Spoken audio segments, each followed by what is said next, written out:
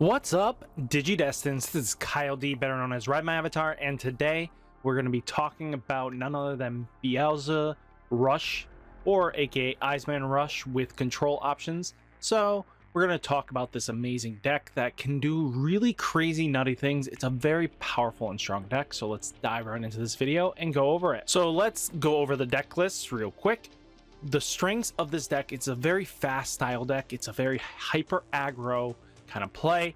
Top end helps control the board in a way that you're not going to have to worry too much about anything that's going to hit over your Digimon or, you know, just slow you down. You can kind of just, if they're trying to catch up, they're going to be hit back down with all your removal. Consistent draw engine in this deck, has a lot of filtering, can get through the deck pretty quickly in a game. Eisman spam is just so nasty. Being able to have one card just pop out two is really crazy strong and very nasty. And it has a very high learning curve, so it's not an easy pickup deck for any newbie, but at least it will be worth your while if you can master it.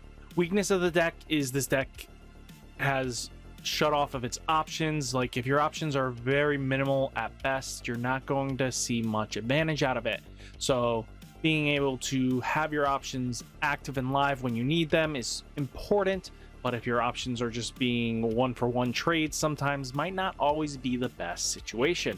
So you just gotta know what you gotta do to get your wins in.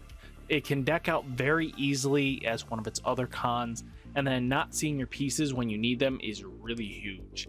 And that can mean if you can't get an Eismon in your hand by the time you are popping your Eismons, or your Eismon scatter mode isn't dying when it needs to, you're going to have to rely on resources to just help you affiliate that kind of play style. But the deck does really well with the new mulligan rule. It'll help filter your deck, put down some pieces that might not seem optimal at the beginning, but at least because you cycle through your deck so quickly, you can get to your bottom stack pretty quickly. So keep that in mind. The Beelstarmon core is nothing too crazy in my opinion. It's a good 16 card in this format.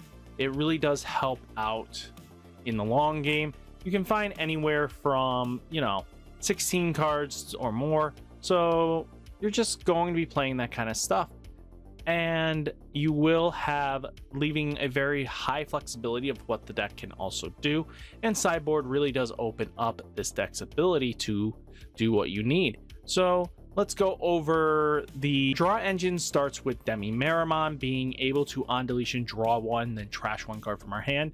It helps filter our deck, speeds through our deck pretty quickly. Same thing with Gabumon here, on deletion draw two, trash one card. So ideally you want a stack that can go with scatter mode, with Gabumon and Ridemyavatar all in one stack, allowing you to draw a bunch of cards and then trash the Eismons into trash. So you get a whopping massive amount. We play Labramon because on play draw one, then trash one card from your hand is really good actually. Being able to on play help maybe choke your opponent, maybe give them only 3, but then you get a free Eismon out of the deal, might really come in handy. Then we have Eismon scatter mode, on deletion draw 3, then trash 2 cards in your hand. Being able to trash 2 cards in your hand is huge, especially as we are playing the aggro version. And this is ideally, you get 3, 4, 5, 6 draws with 2, 4 discard. So you're plussing 2 for having your Digimon die, which is really nice. Then you have Analog Youth, revealing the top 3 cards of your deck. Add 1 Digimon card among them from your hand. Trash the remaining cards. This helps fuel your graveyard. Plus, it also adds 1 card to your hand if there's a Digimon. Even worst case, you just field your options into the graveyard, which helps play Beelstarmon for cheap.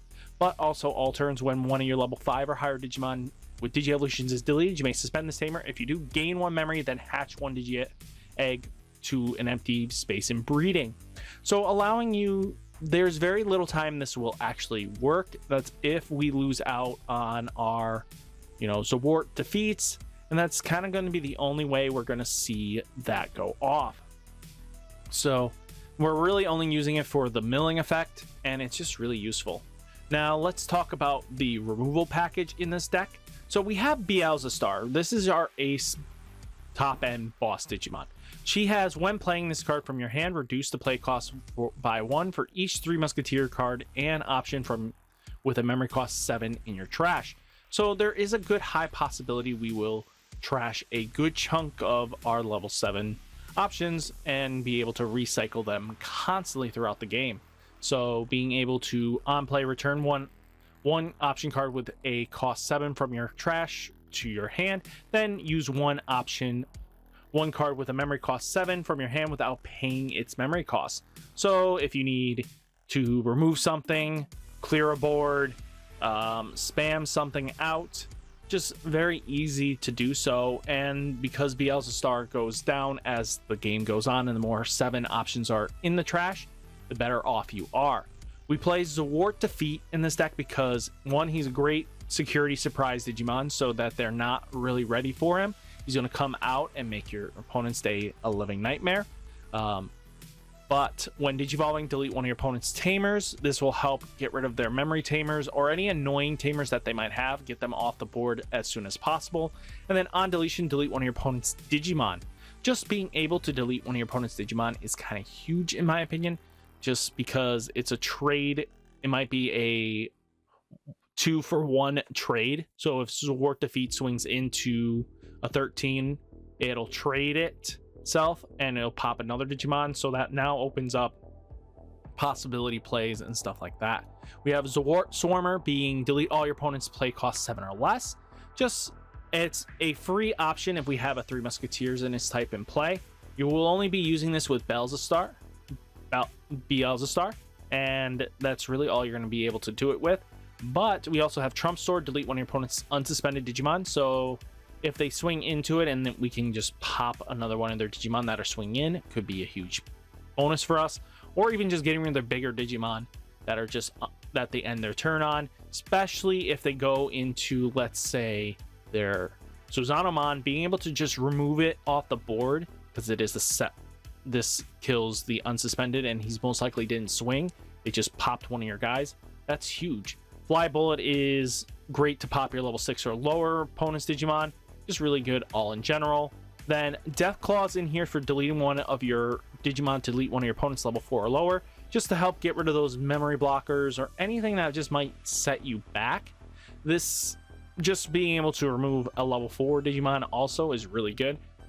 So just keep that in mind. Earlier on, this card is good. In the late game, it's not as well. Happy Fly Bullet Showers, delete all your opponent's Digimon with the lowest DP. So just really good 7 Musketeer support. 3 Musketeer support. Duh. We're going to talk about now the memory gain options. So first off, we have Sonic Birdmon. So when attacking, trash 1 option from your hand to gain 1 memory. The likelihood of this card actually surviving is actually more likely than not now, because of the way our decks are set up now. There's a lot more tamers involved, so now Sonic Birdmon swings in, it might survive, and now you get multiple uses out of it until they kill it off. So just keep that in mind. Now we have Matt Ishida being just a good memory setter to 3. We might not always need him, but being able to recycle one of our purple Digimon or options might help out in a game win match. And then, as I talked about Analog before, it's just in here if we could get Sideboard Defeat underneath our Beelstarmon and just being able to have it die and gain a hatch and everything like that. That's all it's really there for. And now let's talk about some of the support cards in general for it. We have Gazimon to start off with. Gazimon is there to shut off our blue matchup really well. Any deck that wants to use options heavy that gain the memory, just really well off card just to have. They have to remove it first before they can go into their plays. And if you can get multiple Gazis out before they can just remove it, might get you that game when you need. Impmon's in here to help us gain one of our Beelstarmons back. So if we lose out on a Beelstarmon and we need one just for win a game, we can easily just put Impmon down, grab it back by just trashing one of our cards, and then get our free Beelstarmon back and just either board wipe them or clear them out for good. Then we have Ginkamon Promote.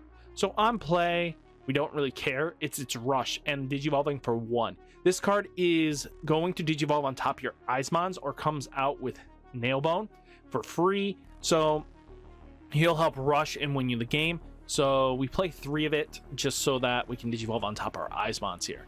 So our Eismons are coming out because when you trash this card from your hand using one of your effects, if Eismon Scatter Mode is in your trash, you may play this card without paying its memory cost. This happens on both players' turns, so if they get rid of the Eismon Scattered Mode because they want to swing into it, you're going to get probably 2 Eismons out of the deal. Your turn, for each Eismon Scatter Mode in your trash, this Digimon gets plus 2000 DP.